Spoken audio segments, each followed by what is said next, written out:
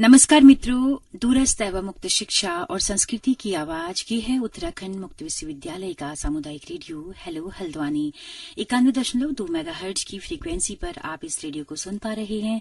कार्यक्रम है मिसाल बेमिसाल और हमारे साथ आज स्टूडियो में मौजूद हैं भारतीय ग्रामोत्थान संस्था के संयोजक अनिल चंदोला, जो कि ऋषिकेश से आए हुए हैं। हल्द्वानी किसी पुस्तक विमोचन में आप आए थे और आप हमारे स्टूडियो में हैं। अनिल जी, आपका बहुत बहुत स्वागत है हमारे इस कार्यक्रम में। धन्यवाद। तो दोस्तों, आज हम भारतीय ग्रामोत्थान संस्था क्या काम कर रही है ऋषिकेश में, कितने अनूठे प्रयोग कर रही है, उन सब पर बात करेंगे कि कैसे हमारा जो पहाड़ का जो भीमल है, भांग है, सिसोण है, उन सब से हम कैसे प्रोडक्शन कर सकते हैं, कैसे हम लोग कपड़े बना सकते हैं, कैसे हम तागा बना सकते हैं। ये सारे प्रयोग अनिल चंदोला जी ऋषिकेश में रहकर कर रहे हैं और बहुत सारी महिलाओं को रोजगार इसमें मिला हुआ है। तो आज विस्तार से जानते हैं इस पूरी जर्नी को, इस पूरी कहानी को। अनिल जी, हमारे श्रोताओं को बताएं, ये एक बहुत बड़ी मिसाल है हमारे तमाम पहाड़ के लोगों के लिए, समुदायों के लिए, कि अपने समुदाय के कच्चे माल को लेकर ही वो कैसे कैसे बहुत बेहतरीन काम कर सकते हैं। बहुत पुरानी संस्था ये है, थोड़ा सा इसका अगर इतिहास आप बताना चाहें। जरूर, बहुत बहुत धन्यवाद मैडम। पहले तो सभी हमारे भाई बहनों को जो इसको सुन रहे हैं, श्रोता को, हेलो हल्द्वानी को, उनको बहुत बहुत प्रणाम। मैं अनिल चंदोला हूँ और हम लोग एक छोटा सा ऑर्गेनाइजेशन चला रहे हैं। एक स्वयंसेवी संगठन है भारतीय ग्रामोत्थान संस्था, जो पिछले 33 वर्षों से काम कर रहा है और वर्तमान में हम 34वें वर्ष में हैं। इस जर्नी में मेरे को ये कहना है कि जो हमारा मुख्य, हर एक संस्थाओं का अलग अलग उद्देश्य होता है। जैसे किसी का हेल्थ पे काम होता है, किसी का एजुकेशन में काम होता है। तो हमारा जो मुख्य काम रहा है वो है कि खाली हाथों को कैसे रोजगार दिया जाए। बस बहुत बड़ा मैटर नहीं है खाली हाथ। हम बहुत लोग खाली हाथ हैं, एम्प्लॉयमेंट की बात कर रहे हैं। तो हमारे नेचुरल संसाधन हमारे लिए ही हमारे भरे हुए हाथ बना सकते हैं। तो इस माध्यम के साथ हम लोग काम करने जा रहे हैं। तो ये जो नया प्रयोग आपने शुरू किया है सिसोण के साथ, भीमल के साथ, भांग के साथ, इसको कितना अरसा हुआ?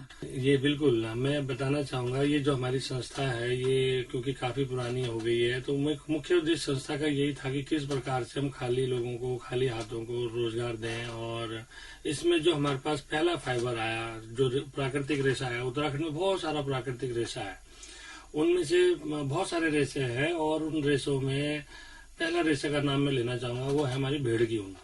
अच्छा, भेड़ की ऊन नेचुरल रिसोर्स है, नेचुरल फाइबर है हमारा। दूसरा हमारे पास आ गया ह्यूज क्वांटिटी में जो अवेलेबल है वो भीमल है गया। भीमल हमारे यहाँ भ्यूल बोलते हैं, आप लोगों के यहाँ उसको शायद उसको भी आप भी लोग भी भ्यूली बोलते हैं और भेकू भी बोलते हैं। तो तीसरा इसका जो बॉटनिकल नेम है भीमल का, वो ग्रेविया ऑप्टिवा है, जैसे आप सर्च कर सकते हैं इसके बारे में। और इसके अलावा कंडाली का रेशा है जिसको हम नेटल बोलते हैं। इसके अलावा हमारे पास चौथा फाइबर हमारे पास हेम्प आने लग गया है, इंडस्ट्रियल हेम्प। अभी हमारी गवर्नमेंट ने बहुत सपोर्ट कर रहा है उसमें। अभी उसको और आगे लेके जाना है, देखते हैं कहाँ तक वो स्थिति पहुंचेगी। और पांचवा फाइबर हमारे पास अपना चीड़ की पत्ती है। अच्छा, जिसको हम पाइन लीफ बोल रहे हैं जी। तो पाइन लीफ में भी हम धीरे धीरे बढ़ रहे हैं। लेकिन हमारे जो मैंने 3 फाइबर आपको शुरू में बताया, भेड़ की ऊन का हो गया और आपका भीमल फाइबर हो गया और तीसरा आपका कंडाली फाइबर हो गया। तो ये ह्यूज क्वांटिटी में अवेलेबल है और बशर्ते इसका सही दोहन हो और उसके साथ साथ हम लोग इसमें बहुत तरीके के बायो प्रोडक्ट्स बना सकते हैं, जिसकी बहुत डिमांड है, हम पूरी नहीं कर पा रहे हैं। अच्छा जी, ये आइडियाज तो लगभग आ ही रहे हैं कई अरसे से कि हम नेचुरल चीजों को लेकर ही काम करें।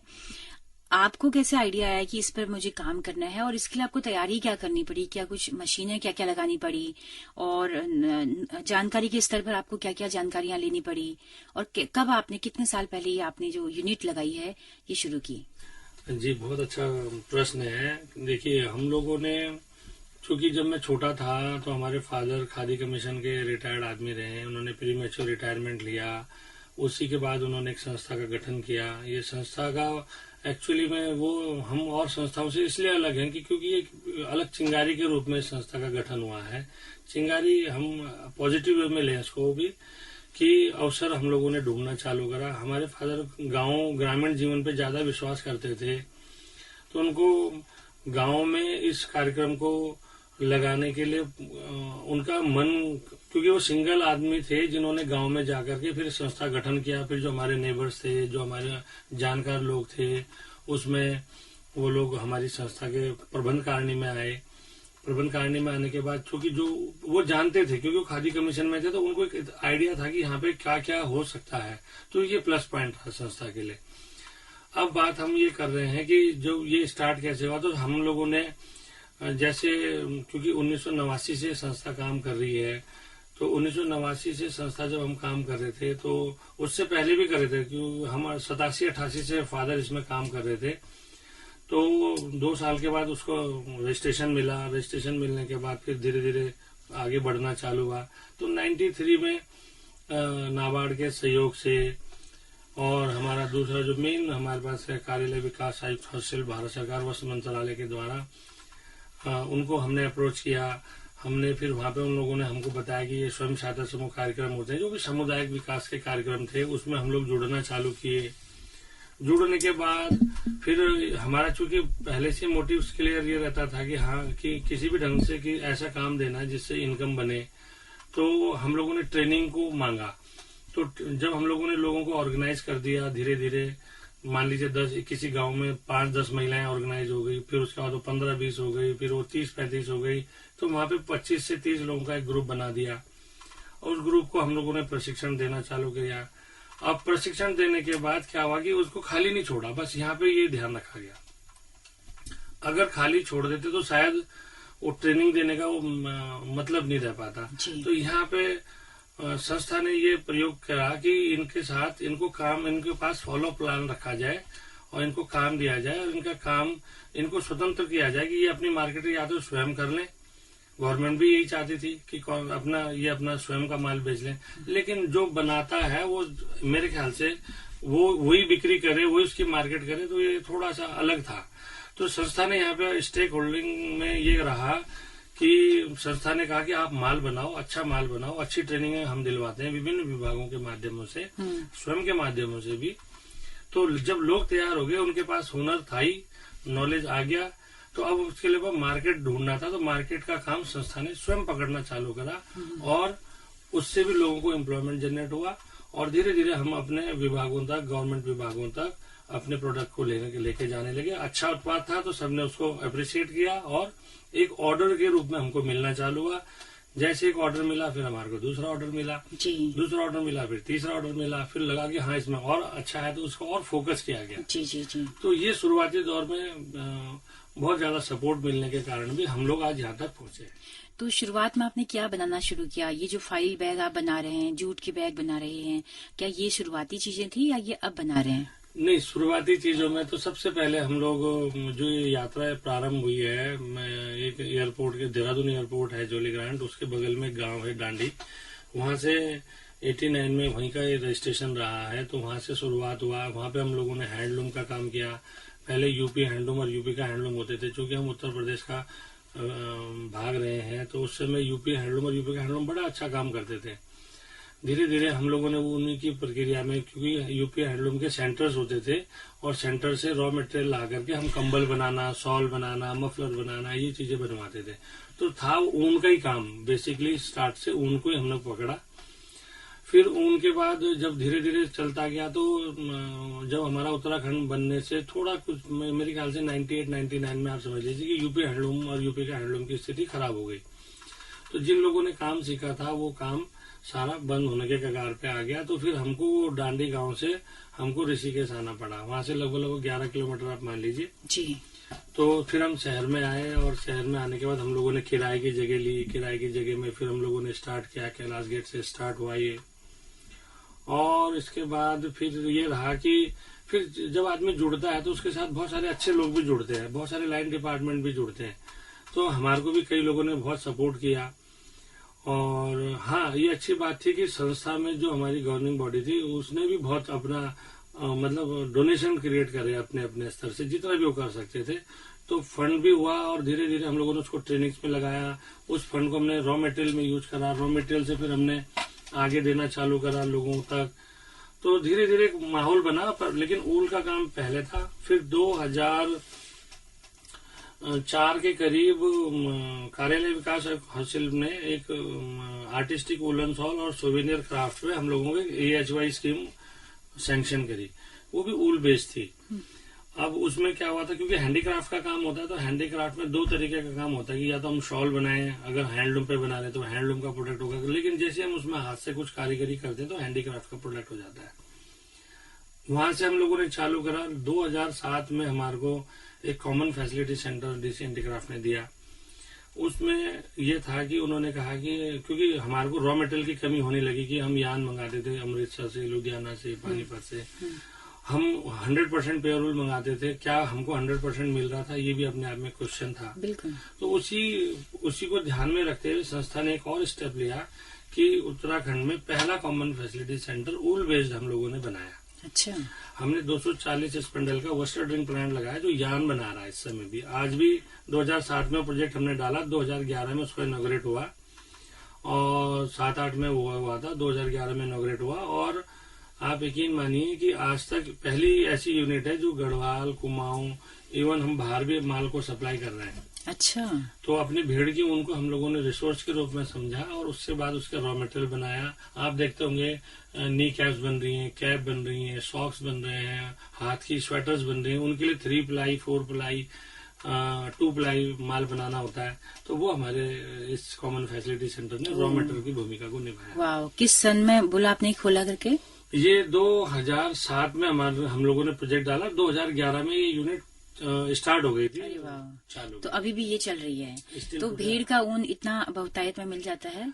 जी, जैसे हम लोगों ने पहले चर्चा किया कि यहाँ पे बहुत सारे नेचुरल फाइबर्स हैं, तो ह्यूज क्वांटिटी में अगर कुछ चीज अवेलेबल है तो वो भेड़ की ऊन थी। दूसरे नंबर पे हमारे पास भीमल फाइबर था। तो अब हमारा फोकस, अब हमने ऊल के साथ भीमल को भी ब्लेंड करना चालू करा। ऊल के साथ हमने उसके भीमल को भी बायो प्रोडक्ट्स बनाना चालू करा। तो रिजल्ट ये आया कि यस, लोगों ने उसको अप्रिशिएट किया। और जब कोई एक प्रोडक्ट मार्केट में बिकता है तो उसके बाद एक आइडिया लग जाता है कि हाँ, इसकी मार्केट होगी या हो सकती है। तो जहाँ हो सकने वाला काम होता है उसमें संभावनाएं हमेशा बनी रहती हैं। और जूट को हम लोगों ने 2005 में हम लोगों को 2005, वैसे हम 97-8 से जूट में भी काम कर रहे हैं। तो जूट हमारे यहाँ का प्रोडक्ट तो नहीं है, लेकिन जूट को डाइवर्सिफाइड हमारे यहाँ के लोग कर रहे हैं। वहां से हम कपड़ा लाए, क्योंकि कोस्टल एरियाज में होता है जूट वगैरह ज्यादातर, अपने आप में फार्मर एक्टिविटी है। तो हमारे को हम ऐसे फाइबरों में काम कर रहे हैं जो रिस्पेक्ट फॉर द एनवायरमेंट, जो नेचर को ले रिस्पेक्ट करे। हम चाहते हैं कि पॉलिथीन हटे, लेकिन जब तक हम पॉलिथीन का सब्स्टिट्यूट नहीं मार्केट को देंगे तो पॉलिथीन हटेगी कैसे? और कॉस्ट इफेक्टिव भी अपने आप में एक बात है कि सस्ता कैसे होगा। तो सस्ता होने के पीछे वही कारण है कि जब हमारी उसमें R&Ds पूरी हो जाएंगी, जब वो मार्केट को फ्लोट कर जाएगा हैवी क्वांटिटी में, तो बाय डिफॉल्ट वो अपने आप में सस्ता हो जाएगा। बिल्कुल जी। तो अभी वो कितना क्या सब्स्टिट्यूट है? अगर हम पॉलिथीन का कहें तो क्या कुछ बना रहे हैं आप? मैम, हम लोगों ने जैसे जूट अपने आप में उसका एक सब्स्टिट्यूट के रूप में आया। देखिए, मैं आपको एक बहुत अच्छी एक कैलकुलेशन बता सकता हूँ। अगर आप एक पॉलिथीन को रखिए, पॉलिथीन की एक कॉस्ट मान लीजिए कि आप लगभग आप ही मान के चलिए कि 10 पैसा, 8 पैसा, 12 पैसा, 13 पैसा के करीब एक पॉलिथीन की कॉस्ट होती है। हम 1 किलो सब्जी लेने जाते हैं, वो हमारे को एक थैली पकड़ाता है जी। तो एक थैली, अगर हम 5 तरीके की सब्जी ले रहे तो हमको 5 थैली पकड़ाता है। इट मीन्स उसने 50 पैसा खर्च करा जी। अगर हम फिर आप आते हैं दूसरा पेपर बैग पे। अगर हम पेपर बैग की भी बात करें तो कितने पेपर बैग ऐसे जो हम मल्टी टाइम यूज कर सकते हैं? नहीं, पेपर भी हम मैक्सिमम 1 टाइम यूज होता है। मैक्सिमम अगर कोई बहुत अच्छा इको फ्रेंडली पर्सन है तो 2 या 3 बार कर देगा जी। तो अब आप ये लगा लीजिए वो लगभग 5, 6, 7 रुपए के करीब का कॉस्ट करेगा। कहाँ 50 पैसे, कहाँ 10 पैसे, फिर वो 5 क्वांटिटी में आया तो 50 पैसे, और दूसरे ने अपने 6-7 रुपए का एक पेपर बैग खरीदा। हाँ, अब आया तीसरा सब्स्टिट्यूट था जूट का। तो जूट मान लेते कि वो बैग 25 रुपए का रहा होगा, लेकिन वो 25 रुपए अगर हम मल्टी टाइम यूज करें, अगर आप देखेंगे कि 365 दिन में से अगर हमने उसको 200 डेज भी, 200 दिन भी हमने उसको इस्तेमाल कर लिया, तो हमारे वो पेपर से भी सस्ता है और पॉलिथीन से भी सस्ता है। नेचर को हमने बचा लिया। तो ये छोटे छोटे प्रयास करने पड़ेंगे मेरे ख्याल से, जो हमको लगता है। बिल्कुल। सभी लोग कर रहे हैं, हम भी कर रहे हैं, सब लोगों को करना चाहिए। किसका अच्छा कॉन्सेप्ट आता तो उसको पूरी मार्केट के लिए वो R&Ds हुआ ना। बिल्कुल। तो जूट की बैग बनाने का काम आपने कब शुरू किया है? जूट की फाइल आप बना रहे हैं, क्या विभागों के साथ कोई टाइप है इसका कि सरकार इन फाइल्स को लेगी? जी। मैडम, ये अपने आप में मैं धन्यवाद देना चाहूंगा। भारत सरकार का एक विभाग है national jute board. National jute board ने मेरे ख्याल से 98-99 में इसका नाम होता था NCJD, national centre for jute diversification. तो इन लोगों ने बहुत सारा काम करा, JSC इन्होंने काम करा जूट सर्विस सेंटर के नाम पे। तो हम कानपुर का JSC होता था एक, तो उसके साथ हम कानपुर JSC का काम ये था कि ऑल ओवर नॉर्दर्न इंडिया की साइड में जूट के सर्विस सेंटर डेवलप करना। अच्छा। तो उन्होंने ऋषिकेश में क्योंकि हम काम कर रहे थे नॉन फार्म सेक्टर में, तो उन्होंने हमको भी अप्रोच करा जी। तो वो अप्रोच करने के बाद क्या हुआ कि हमने जूट का बैग वगैरह बनाना उनसे सीखा, जूट का स्लीपर सीखा, बहुत सारे जूट का ऑर्नामेंट सीखे। तो ऑर्नामेंट में तो हम ज्यादा काम नहीं कर पाए, लेकिन जूट बैग्स में हम लोगों ने काफी काम करा। वहां से क्या हुआ, जब उन्होंने अच्छी ट्रेनिंग दे दिया, अच्छी मशीनरी दे दी, तो हमारी एक नैतिक जिम्मेदारी बन जाती थी कि उसमें हम प्रोडक्शन करें। अब प्रोडक्शन मशीनें उन्होंने मुहैया कराई। हाँ, दिया। कुछ ग्रांड पार्ट होता है, कुछ छोटा मोटा पार्ट होता है, पर हम उसको नहीं भूल सकते। उन्होंने वो 5 साल में हम लोगों ने लगभग 450-500 लोगों को ट्रेन किया, जिसमें से 250-300 लोग आज भी काम कर रहे हैं। देखिए अब की बात मैं बता रहा हूँ आपको। और एक उनका उचित आजीविका का चयन हो गया। और वहां पे जूट बैग जब बनता है या हम कैरी बैग बनाते हैं, उसमें डिजाइनर फैंसी बैग है, जितना गुड़ डालेंगे वैसे वैसे हो जाएगा। अब जब हमने फाइल फोल्डर्स बनाए, तो फाइल फोल्डर्स में हमारी मार्केटिंग टीम काम कर रही थी कि हमको जितनी कॉर्पोरेट्स हुए, जितने यूनिवर्सिटीज हुई, अपने गवर्नमेंट डिपार्टमेंट हुए, जहाँ सेमिनार्स वगैरह होते, तो हमने भी अप्रोच किया। तो हमको भी लगातार ऑर्डर मिलते गए, हमारे क्वालिटी हमने अपनी इम्प्रूव करना चालू रखा। हमको निश्चित तौर पे गवर्नमेंट का बहुत सपोर्ट रहा है, विभिन्न विभागों का रहा है, लाइन डिपार्टमेंट्स का रहा है। जी। अच्छा, जो महिलाएं इस ग्रुप के साथ जुड़ी हैं या इन कामों में लगी हैं, कितना इनकम उनकी मासिक रूप में हो जाती है? हाँ मैम, इसमें ये जरूर कहना है, देखिए हमने ना इसको भी हमने थोड़ा सा प्लान चेंज करा। इसमें 2 तरीके से इसमें महिलाएं काम कर रही हैं। एक तो हम लोगों ने हमने अपना कॉमन फैसिलिटी सेंटर में ही हम लोगों ने डिसेंट्रलाइजेशन ऑफ यूनिट्स किया, मतलब अलग अलग डिसेंट्रलाइज कर दिया यूनिट्स को। वहां पे उसका फल ये हुआ कि जिन्होंने वहां पे आए, हमने यहाँ पे काउंसलिंग सेंटर्स बनाए। 17 काउंसलिंग सेंटर आज की तारीख में हमारे चल रहे हैं जी। तो 17 काउंसलिंग सेंटर में हम 17 टाइप के प्रोटोटाइप्स बताते हैं लोगों को, ये नहीं ये। और हम SHGs की जो महिलाएं हैं, हम एक्सपोजर विजिट जब हम लोग उनको ऑर्गेनाइज करते हैं, जोड़ देते हैं समूह में, फिर हम उनका विदिन 6 मंथ हम उनको कहते हैं कि आप एक्सपोजर विजिट जरूर करें। जैसे वो एक्सपोजर विजिट जब करती हैं, वो उसके बाद उनके अंदर एक वो आशा आती है कि सर हमको भी ये काम सीखना है। अब वो कौन सा काम होगा, तो वो डिमांड ड्रिवन होना चाहिए, मांग पर आधारित होना चाहिए। हम थोपे ना उनपे कि ये तुम ये कर लो, जूट बैग कर लो, ये कर लो, वो कर लो जी। उनके अपना आप निकल के आता है कि हमको ये काम करना है। तो ये काम करने के पीछे हमने ट्रेनिंग दे दिया। ट्रेनिंग देने के बाद हमने कहा घर में हमारी फर्स्ट प्रायोरिटी ये है कि वो घर में अपना जो समय बचता है उसमें काम करें। अच्छा, कहीं जाना नहीं है फैक्ट्री में या इस तरह से जाना। और मैं आपके माध्यम से, अपना हेलो हल्द्वानी के माध्यम से ये सभी लोगों से कहना चाहता हूँ, देखिए एक बात आप माने या ना माने, लेकिन श्रोता जरूर समझेंगे इस बात को। अगर कोई महिला, मान लेते हैं कि वो आपके अगल बगल तो शेड्यूल एरिया है, फैक्ट्रीज हैं, अगर कोई महिला फैक्ट्री जाती है, कितना तनाव है उसके ऊपर। देखिए सोशल रिस्पॉन्सिबिलिटी भी है, सोशल एस्पेक्ट्स भी हैं, सोशल एविल्स भी हैं हमारे पास। हम वो महिला सुबह बेचारा उतना उठने के बाद, बच्चों को देखने के बाद तुरंत अपने फैक्ट्री जाती है। तो फैक्ट्री में जाने का एक टाइम होता है, उसको उस टाइम में जाना पड़ेगा, क्योंकि फैक्ट्री वालों को कोई इमोशंस इस मामले में नहीं होता, क्योंकि उनको प्रोडक्शन देना होता है। बिल्कुल। हम अब वो महिला को मान लेते हैं कि वो मिनिमम जो प्राइस होता है, मिनिमम लेबर प्राइस जो हमारा है, मान लीजिए वो 8,000 रुपये भी दे रहे हैं। 8 के बाद अगर वो 2 घंटा ओवर टाइम भी कर रही है, उसके पास 10,000 रुपये आ रहा है। मैं कहता हूँ 10,000 से भला ही वो 5,000 कमाए, लेकिन वो पहले अपने घर को टाइम दे, बच्चों को टाइम दे, सास ससुर को टाइम दे। उसके बाद वो घर अपना जो रिमेनिंग टाइम है उसमें काम करती है। और उसमें अगर उसको फेयर प्राइस मिले तो वो मैम 10,000 के बदले में ये कह सकता हूँ 6 से 7,000 रुपये बहुत आसानी से, अगर वो 3.5 से 4 घंटा भी काम करती तो 5,500 से लेके 7,500-8,000 रुपए तक वो कमा सकती है। जी जी जी। तो अनिल जी, ये काम क्या इतना इजी होता है कि इसको कहीं पर भी बैठकर हम कर सकते हैं? क्या कोई बड़ी यूनिट की इसमें जरूरत नहीं होती है? नहीं मैडम, बिल्कुल जरूरत नहीं होती है। देखिए वो हमको ये तय करना है कि हमको काम कौन सा करना है। अब मान लीजिए अगर धागा बनाने की यूनिट की मैं बात करूँ तो वो एक सेंट्रलाइज यूनिट बनेगी, तो उसका पूरा फैक्ट्री रूल होगा। वहाँ पे तो हम आदमी को, मैन पावर को पैसा देते हैं, आवर्स के हिसाब से पैसा देते हैं। अगर वो ओवर टाइम भी कर रहा है तो हमको देना है उसको। हम यही कहना चाह रहे हैं कि जैसे हमारा कॉमन फैसिलिटी सेंटर हमने बनाया, ये था हमारा शी पुल पे, इसका एंड प्रोडक्ट यान है, यान बनाना है। अब यान जब बन जाएगा तो इससे ये एक ढंग से रॉ मटेरियल हुआ। इस यान से आप शॉल बना लीजिए, पंखी बना लीजिए, हाथ की स्वेटरें बना लीजिए, नी कैप्स बना लीजिए, कुछ भी बना सकते हैं। वट एवर यू वांट, आप कुछ भी चाहते हैं वो बना सकते हैं। अब बात आती है कि उसके अलावा वो और क्या कर सकते हैं। अब उन्होंने क्या काम करा कि धागा बना दिया। धागा बनाने के बाद अब वो हाथ की स्वेटर बना दी। तो हाथ की स्वेटर अमूमन सब लोगों को आइडिया है। हाँ, अगर किसी को यहाँ पे ट्रेनिंग की जरूरत है तो हम लोग वहाँ पे ट्रेनिंग देने, हमारा ये प्रयास रहता है कि हम उन तक, अगर वो 8 से 10 महिलाओं का एक ग्रुप बनता है तो हम उनको एक ट्रेनिंग दे दें फ्री ऑफ कॉस्ट। उसके बाद वो घर में प्रोडक्शन चालू करें, स्वयं वो अपना बेच सकती है, वो स्वतंत्र है।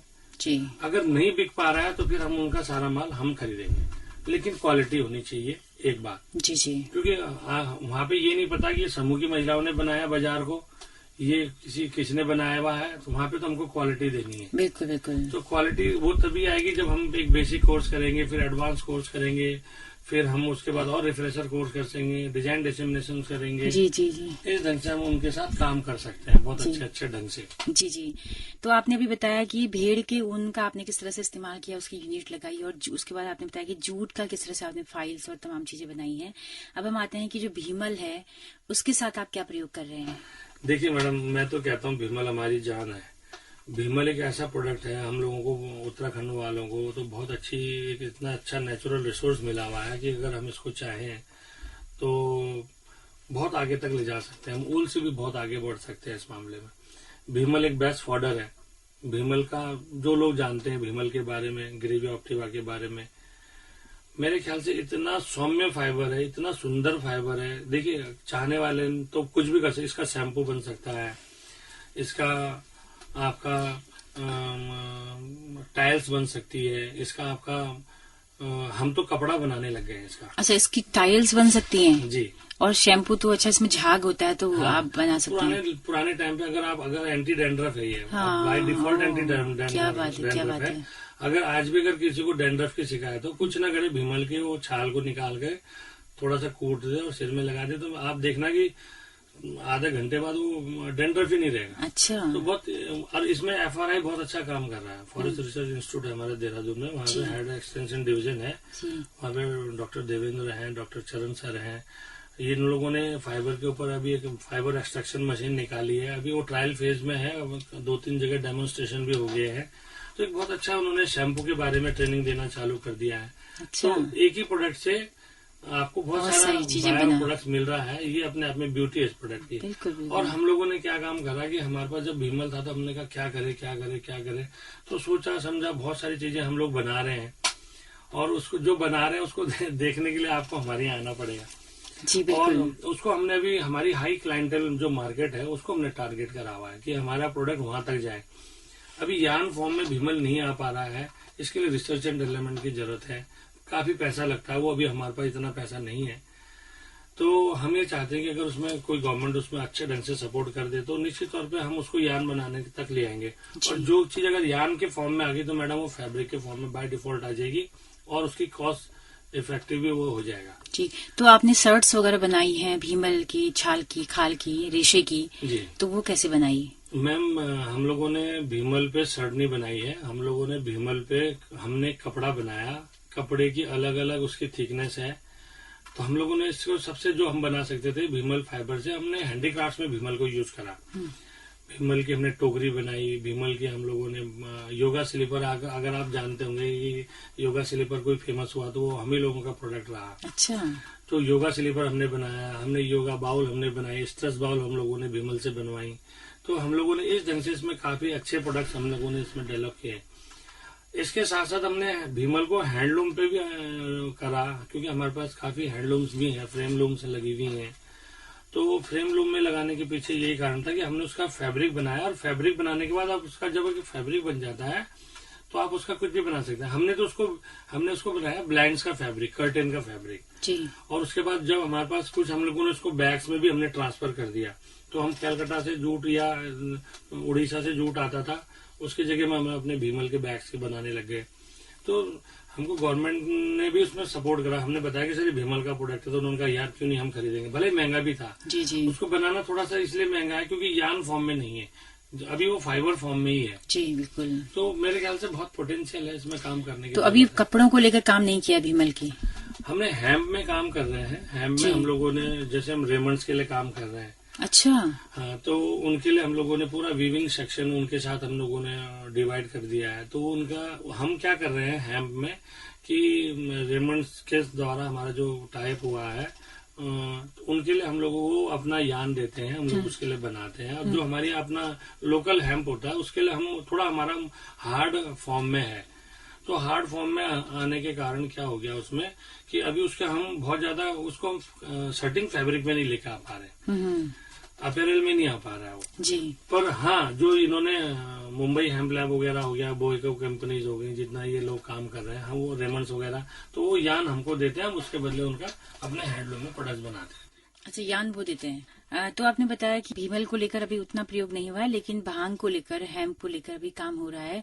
क्या हमारी सरकार भी कोई इसके लिए कोई प्रोत्साहन राशि दे रही है या कोई बढ़ावा दे रही है इसको, हेम्प को?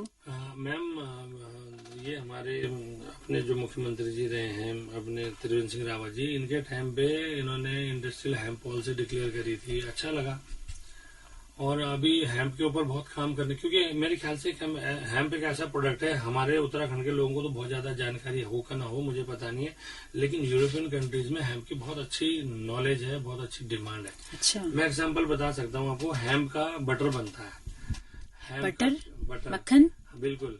हेम्प की क्रीम बनती है, जिनकी छाई पड़ी रहती है। मेरे ख्याल से 20 ग्राम का हेम्प की जो क्रीम आती है वो लगभग 700-800 रुपए की रेंज की होगी यूरोप नहीं, में। वो क्या दानों से बनेगी? नहीं, वो मुझे उसका ज्यादा आइडिया नहीं है, लेकिन अच्छा। जो मैंने सुना, अगर आप गूगल पे और चीजों को भी सर्च करते हैं तो बहुत अच्छा प्रोडक्ट हमारे पास आता है। जी। जो इसके जानकार लोग हैं वो लोग हमको बताते हैं कि इसमें बहुत पोटेंशियल है। हाँ, मैं तो खाली, हम लोग तो बीइंग भारतीय ग्रामोत्थान संस्था, हम लोग फाइबर पे काम कर रहे हैं।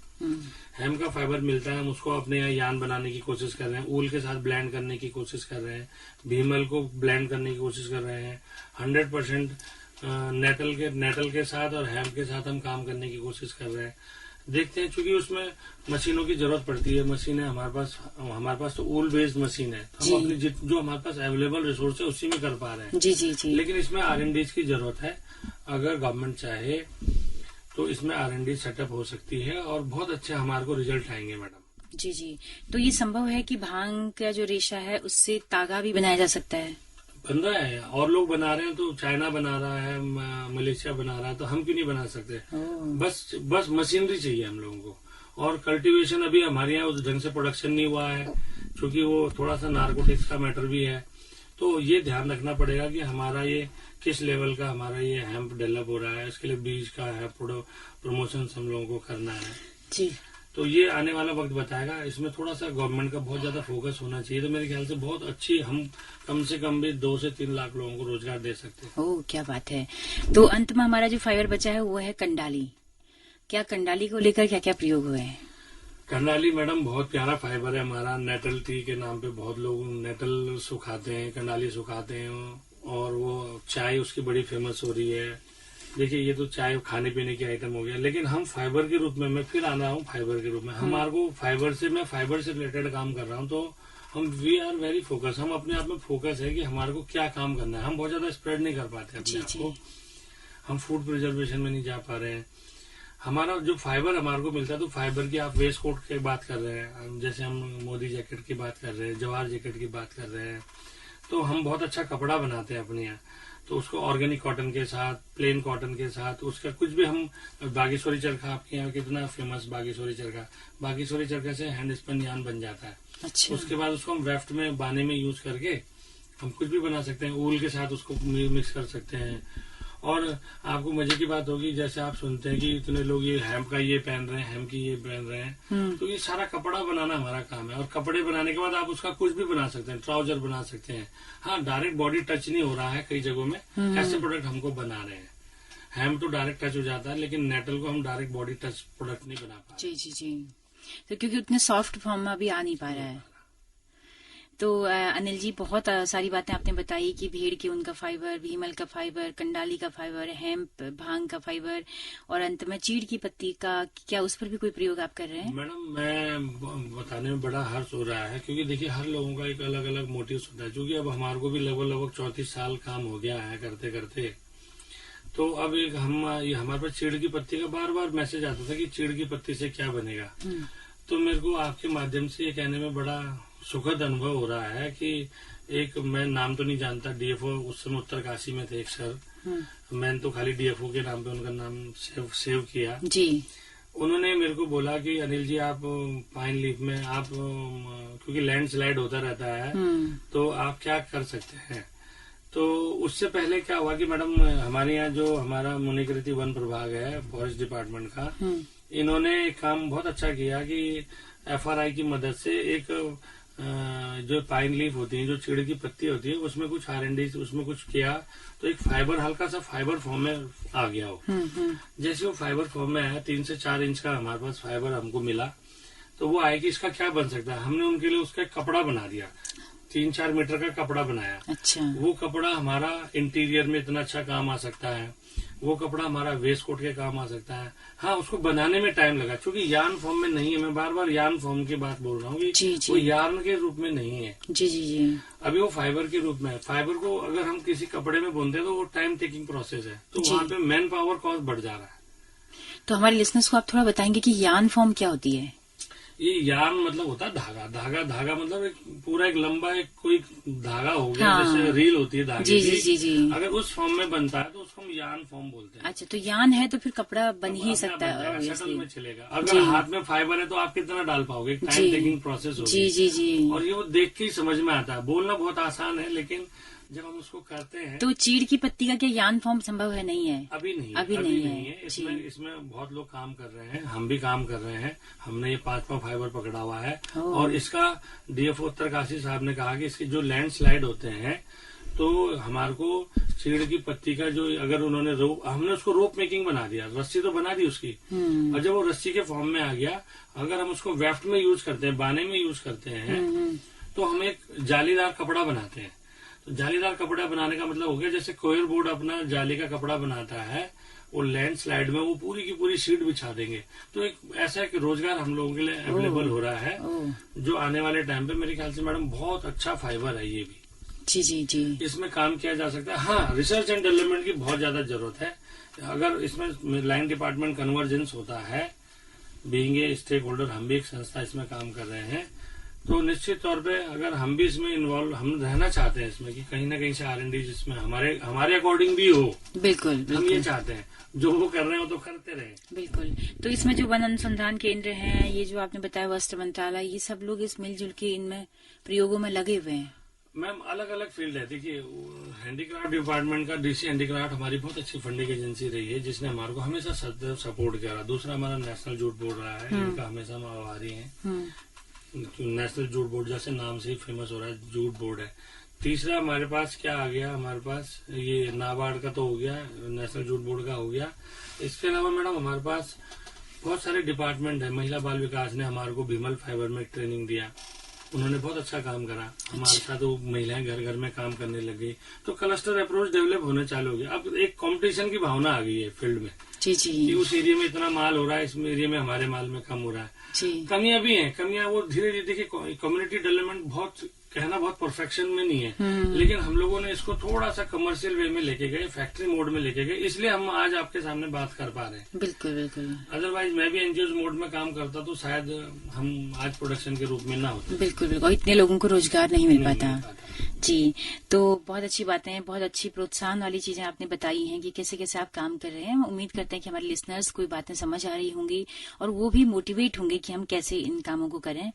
तो अनिल जी, चलते चलते कुछ और आप बताना चाहें अपने काम के बारे में, कोई संदेश देना चाहें लोगों को? कोविड टाइम ने एक फिर से गांव की तरफ लौटो का एक नारा दिया, तो लेकिन लोग टिक नहीं पाए क्योंकि ऐसे कोई मॉडल नहीं थे उत्तराखंड में। मैडम, मैं अपने मुंह से तो क्या तारीफ करूं।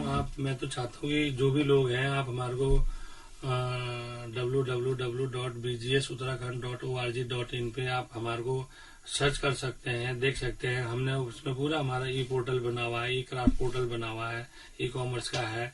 काफी प्रोडक्ट हम उसमें दिखाने की कोशिश करते हैं, और जानबूझ के हमने कुछ प्रोडक्ट उसमें नहीं डाले हैं कि हम लोग चाहते हैं कि एक बार आप आकर के देखें, विजिबिलिटी देखें, उसके बाद हमको 80% रिजल्ट आता है। तो जो लोग इसमें काम करना चाहते हैं वो लोग आए, हमारे यहाँ स्वागत है, देखें, और उसी ढंग से अगर जैसे सेंटर हमने डेवलप करा ऐसे ऐसे अगर हम यहाँ पे पूरे उत्तराखंड में अलग अलग जगह में 200 सेंटर अगर हम डेवलप कर देते हैं तो मैडम निश्चित तौर पे कम से कम हम अगर एक सेंटर में हम 100 लोगों को भी डेवलप कर पाते हैं तो 200 सेंटर में 20,000 लोग हमारे रोजगार सृजन हो जाएगा, तो तत्काल जुड़ेंगे। ये तो प्रत्यक्ष होंगे और प्रत्यक्ष तो बहुत होगा। बिल्कुल बिल्कुल। तो एक बहुत अच्छा काम है चंदोला जी, और उम्मीद करते हैं कि आने वाले 5 सालों में कुछ और आउटपुट निकल के आएगा, कुछ यान बनाने की जो प्रोसेस है उसमें हम आगे और बढ़ेंगे। आप तो बहुत बहुत शुक्रिया आपका अपनी तमाम सारी प्रयोगों को हमारे साथ साझा करने के लिए। नहीं, बहुत बहुत धन्यवाद मैम, आप लोगों ने हमको बुलाया और इतना अच्छा आपका स्टूडियो है, बताने में बड़ा हर्ष हो रहा है। हम तो बड़े छिपे हुए लोग रहे हैं, हम तो चाहते भी नहीं थे कि कोई इंटरव्यू इस ढंग के हो जी, क्योंकि हम लोग बहुत शाही किस्म के समझ लीजिए, क्योंकि हम डरते भी हैं, पॉपुलरिटी से भी डरते हैं। जी। लेकिन माध्यम है। बिल्कुल। चलते चलते एक और सवाल ध्यान आ रहा है कि भेड़ का ऊन, भीमल, कंडाली, भांग, चीड़, ये सब क्या विलुप्त जैसे भी हो रहे हैं? कुछ ऐसी भी कुछ कंडीशंस हैं? मैडम देखिए, जैसे भेड़ें हमें दिखती थी पहले से, पूरा जत्था आता था, भाबर की तरफ जाता था, वो जत्थे भी कम दिख रहे हैं। क्या उतनी ही है अभी आज से 10-20 साल पहले जितनी थी? नहीं, बिल्कुल आपका बहुत अच्छा। तो इसको बचाएं कैसे भाई? क्योंकि हम जब इसमें प्रयोग कर रहे हैं तो इन्हें बचाना भी जरूरी है। बहुत अच्छा प्रश्न है, और मेरे ख्याल से हम लोग ना इस प्रश्न को क्लाइमेट चेंज के साथ भी हम देख सकते हैं। हमारे जितने माउंटेन्स हैं, अगर जिस दिन ये भेड़ पालन बंद हो जाएगा, भेड़ पालक माउंटेन में जाना, पहाड़ों में जाना बंद कर देंगे, चारागाह वैसे हमारे कम हो गए। भेड़ों को आदमी पहले मटन के लिए यूज करता था, लेकिन वो सीधा इम्पैक्ट हमारी क्लाइमेट चेंज पे जा रहा है। मैडम हम कुछ नहीं कर सकते, मिटिगेट तो कर ही सकते हैं ना, कम तो कर ही सकते हैं। बाय डिफॉल्ट पेड़ों का डेवलपमेंट होता था, अगर भेड़ें चरेंगी तभी तो वहां पे कुछ हमारे पे कल्टीवेशन होंगे, नेचुरल कल्टीवेट होंगे हमारे पौधे। तो इस ढंग से ये एक बहुत बड़ा रॉकेट साइंस भी नहीं बता रहा हूं मैं। अगर भेड़ें माउंटेन में नहीं जाएंगी, देखना आप आने वाले टाइम पे, हम अभी देख रहे हो कि मार्च के महीने में होली से पहले कितना गर्मी हो गया। बिल्कुल। ये पूरे सिम्टम्स वही हैं। पहले 120 मीट्रिक टन हमारे यहाँ ऊन होता था, आज से 6-7 साल पहले जी। अभी पूरा मेरे पे क्लियर डाटा तो नहीं है, तो मैं दावे के साथ कहता हूँ हमारे पास इस समय 60 मीट्रिक टन भी नहीं हो रहा होगा। इसका मतलब हमारी भेड़ें घटी है। हाँ, इसमें उत्तराखंड सीपून ऊल एंड डेवलपमेंट बोर्ड ने अच्छा काम किया, आनंद सर ने, उन्होंने काफी इम्प्रूवमेंट करे, उन्होंने काफी R&Ds करी हैं, तो अब बढ़ेगा। यहाँ पे ब्रीड इम्प्रूवमेंट की जरूरत है, चारा गांव की बड़ी अच्छी डेवलपमेंट की जरूरत है। तो निश्चित तौर पे घटा है, लेकिन इसको दोबारा बढ़ना चाहिए जी। और भीमल की अगर बात करें, भीमल मैडम पहले देखो, भीमल इतना अच्छा फाइबर है, हमारे 6-7 प्रोडक्ट आप लोगों ने GI हो गए उत्तराखंड में, हम चाह रहे हैं कि भीमल भी GI हो जाए। तो भीमल फाइबर पहले ये ऐसा फाइबर है कि जहाँ पे आदमी रहता है उसी के अगल बगल होता है, ये तो हमारा कम्युनिटी बेस्ड फाइबर है जी, क्या बात तो है। मजे की बात ये है कि ये हमारा, जैसे हम लोग घर में फैमिली मेंबर होते हैं, ये भी हमारा फैमिली मेंबर प्रोडक्ट है। क्या बात है। और इसको अब कम होने लग गया है। कम इसलिए हुआ कि जहाँ पे आदमी नहीं रहेगा भीमल अपने आप कम हो जाएगा, तो हमारे को जो हमारे घर है, पुराने घर है, वहाँ लौटना पड़ेगा, तो भीमल अपने आप हो जाएगा। बिल्कुल। तो साफ सी बात है कि पलायन बढ़ा है तो भीमल भी कम हुआ है। और अगर सिसोन की बात करें, कंडाली की बात करें, कंडाली भी मैडम जंगल के किनारे कंडाली बहुत होती थी। आपकी ये ऊखीमठ वाली बेल्ट है, पूरा बेल्ट है, उत्तरकाशी वाली बेल्ट है, आपकी मुंसारी वाली बेल्ट है, इसमें काफी ह्यूज क्वांटिटी में कंडाली होता है, नेटल होता है।